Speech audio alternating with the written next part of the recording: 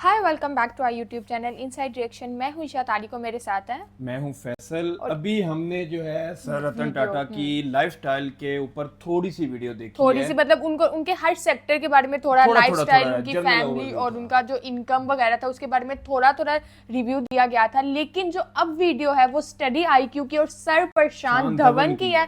तो मतलब कोई डाउट नहीं है कि कुछ छूटेगा या कोई फैक्ट रह जाएगा। बहुत डिटेल में जाएंगे, मुझे लग रहा है बहुत डिटेल में जाएंगे और सारा कंक्लूड करके बता देंगे कि प्रूफ के असल में साथ प्रूफ बात के करने साथ। वाला बंदा है। तो वीडियो को स्टार्ट करते हैं, उसके बाद हम इस वीडियो में हम वीडियो के बाद ज्यादा डिस्कस कर पाएंगे। जी। तो हम वीडियो को स्टार्ट करते हैं, उसके बाद हम डिस्कस करेंगे हमारी ओपिनियन क्या है। Let's start the video.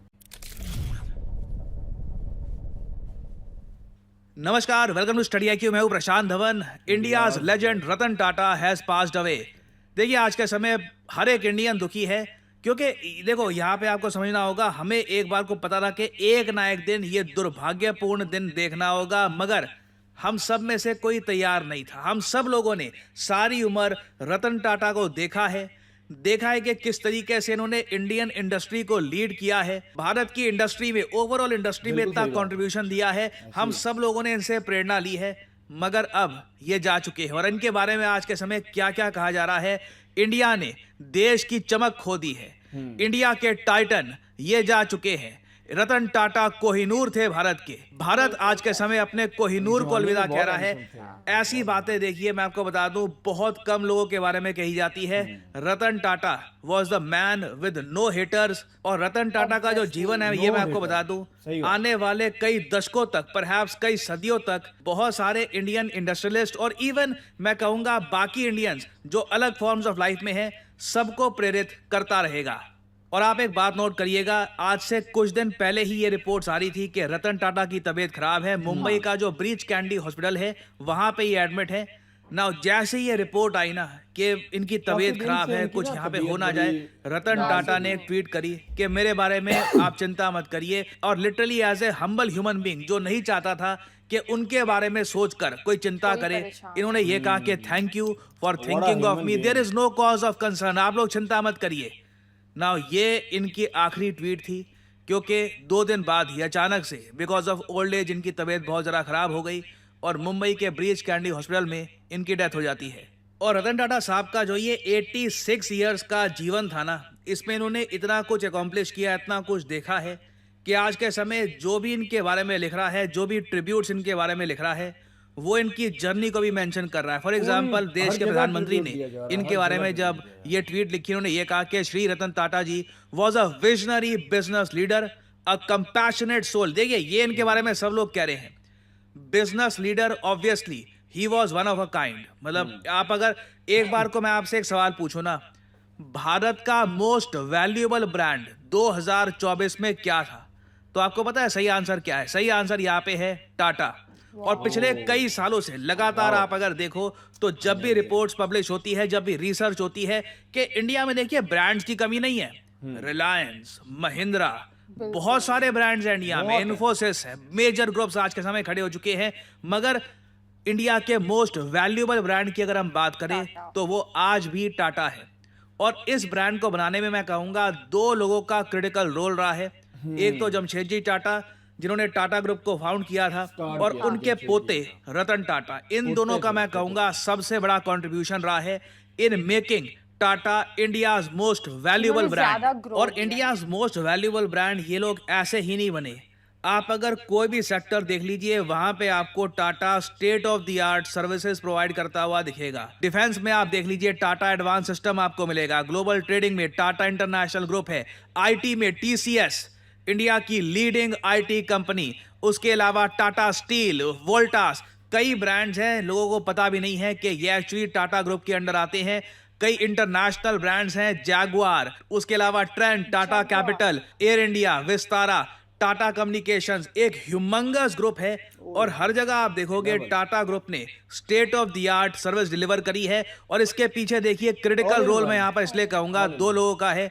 Jamshedji Tata, जो पहले चेयरमैन थे टाटा ग्रुप के, इन्होंने 1868 से लेकर 1904 तक टाटा ग्रुप को लीड किया था। और फिर यहाँ पे आप देखेंगे रतन टाटा, इन्होंने 1991 से लेकर 2012 तक टाटा ग्रुप को लीड किया था। बीच में जब साइरस मिस्त्री की कंट्रोवर्सी हो गई थी, उसके बाद जब ये सारे मिस्त्री पीछे हटे तब वापस रतन टाटा ने 1 साल के लिए फिर से टाटा ग्रुप को लीड किया था। यहाँ पर भी मैं कहूंगा इनका क्रिटिकल रोल था टाटा ग्रुप को सही दिशा में ले जाने में। और आप अगर टाटा ग्रुप की सारी 26 पब्लिकली लिस्टेड कंपनी, मैं प्राइवेट कंपनीज की बात नहीं कर रहा, जो इनकी पब्लिकली लिस्टेड कंपनीज हैं, सबका कंबाइंड मार्केट कैपिटलाइजेशन देखो तो अमाउंट आपको मिलेगा 365 बिलियन यूएस डॉलर्स। ये कई कंट्रीज की नॉमिनल जीडीपी से भी बहुत ज्यादा बड़ा अमाउंट है।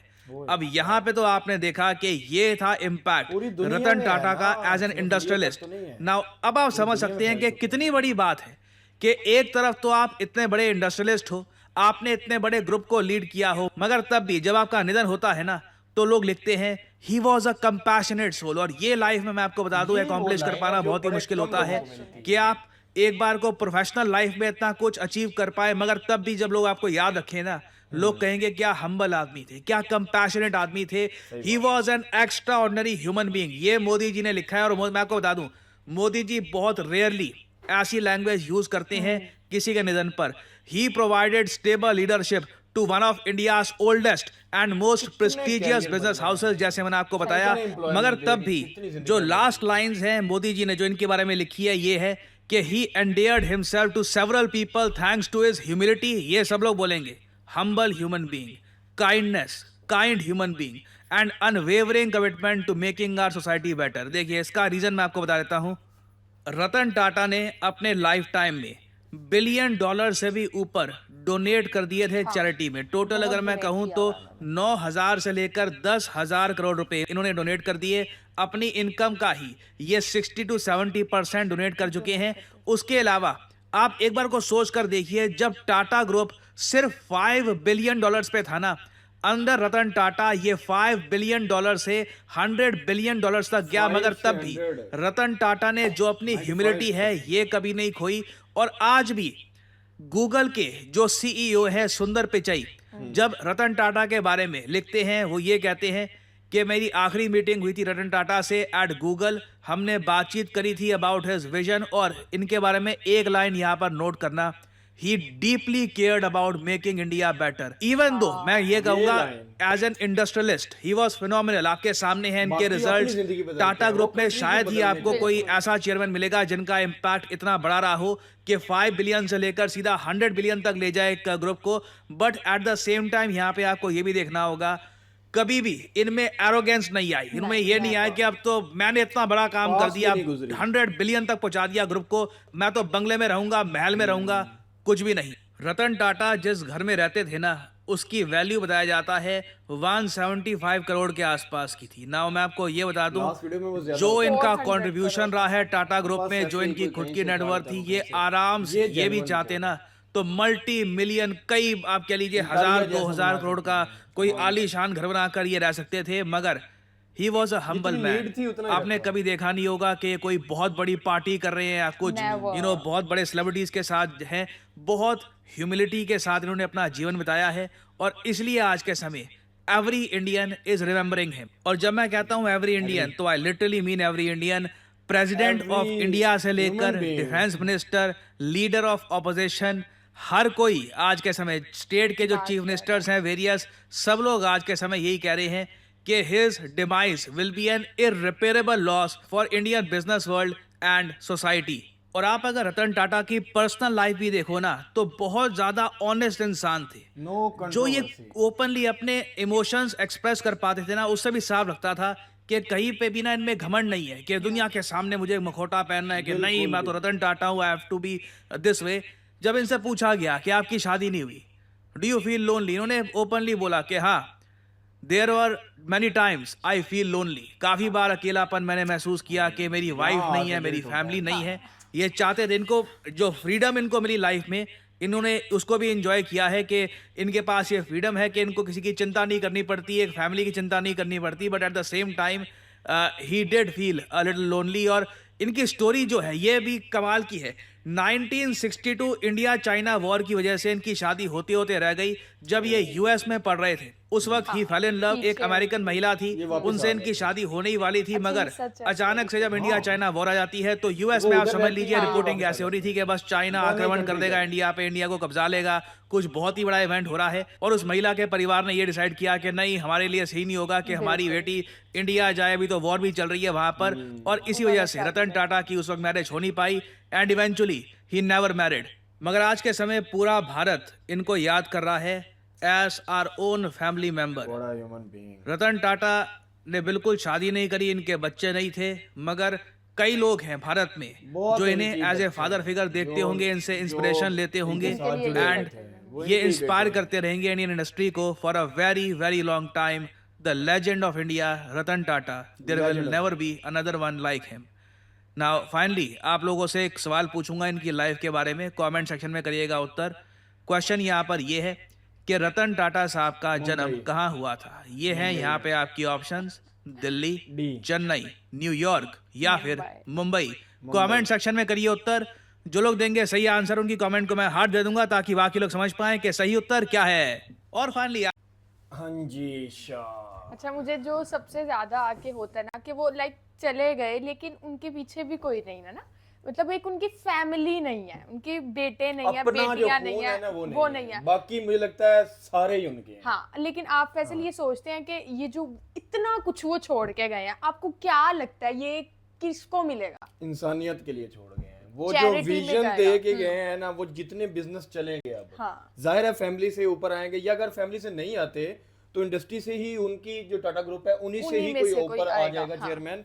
बट जो वो चेन चला गए हैं ना, वो मतलब वो दुनिया के लिए बहुत बड़ी चीज और है। जिस तरह से उन्होंने लाइक हमने ना एक दफा देखी थी, मैंने और जवेरिया ने एक वीडियो देखी थी कि किस तरह रतन टाटा की जो मतलब ये पूरा बिजनेस चल रहा है, इसमें कितने लोग आए हैं, लेकिन जो सबसे ज्यादा ग्रोथ दी है वो सबसे ज्यादा रतन टाटा के मतलब एरा में मिली है, तो वो कोई भी नहीं दे सकता। और मतलब उनकी कंपनी जो जिस नाम से जानी जाएगी हमेशा, वो असल में ना इंसान कामयाब होता है अपने बिहेवियर से और अपने टीम वर्क से। कोई भी बिजनेस है ना वो चलता है टीम वर्क से। हर इंसान का अपना अपना रोल होता है, वो अपना अपना रोल सारे अगर होनेस्टली पार्ट अदा करें तो वो कंपनी ऊपर जाती है। अगर रतन टाटा सर अच्छे थे तो उनको एम्प्लॉयमेंटशिप भी बहुत अच्छी मिली, और अगर एम्प्लॉयमेंटशिप में कहीं कहीं कोई कंट्रोवर्सी आ गई, कोई मसला आ गया, कोई जो ओपिनियन का इशू बन गया, तो वो उन्होंने सॉर्ट आउट किया। हाँ। उन्होंने उनके साथ बैठे, क्या प्रॉब्लम है मुझे बताएं, मैं हल करता हूं। कभी किसी को उन्होंने ऊंची आवाज में मतलब अपने एम्प्लॉय से बात नहीं की, और वो खुद इंटरव्यू करते थे लड़कियों लड़कों से कि क्या ये है, इसे कैपेबल है कि मेरी कंपनी को आगे लेके चल सके।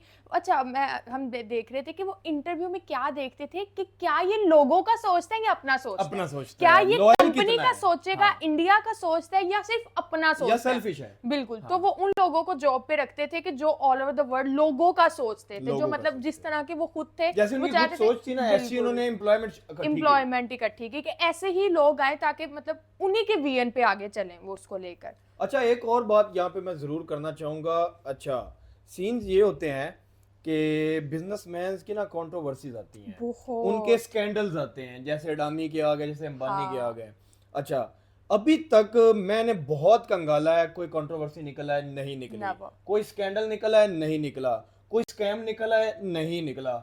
मतलब इतनी परफेक्ट रूल्स पे जिंदगी गुजारना एक बिजनेसमैन का, क्योंकि बिजनेस ऐसा होता है, कभी आपका हाई टाइम चल रहा था, कभी लो टाइम चल रहा था, कभी प्रॉफिट होता है, कभी लॉस होता है। और वो मतलब गुस्सा आता है, एंगर आना, फ्रस्ट्रेशन, मतलब वो नॉर्मल है, बहुत नॉर्मल है। इतनी काम पर्सनैलिटी कैसे बनाई। अब अगला मेरा टारगेट ये है कि मैं इसको सर्च आउट करूंगा कि इतनी काम पर्सनैलिटी कैसे इंसान की बनती है, जिस तरह रतन टाटा सर ने बनाई अपनी, कि हर सिचुएशन में अपने आप को बिल्कुल इजी रखा, काम रखा, बुरे वक्त में भी अच्छे वक्त में भी। अच्छा, एज यू सी लाइक हम ये कहें कि हम उनसे सीख सके, उनका कोई इंटरव्यू भी नहीं है, लाइक वो इतने बड़े सेलिब्रिटी, कभी उनका कोई पॉडकास्ट हुआ, कभी किसी ने जाके उनका इंटरव्यू किया, भाई आपने अपनी लाइफ बुक्स लिखी जाएंगी, बुक्स लिखी जाएंगी इन पे, वो डिजर्व करते हैं। जैसे रिच डैड पुअर डैड मैंने पढ़ी, वहां से मेरा बहुत सारा कंसेप्ट अलग हुआ।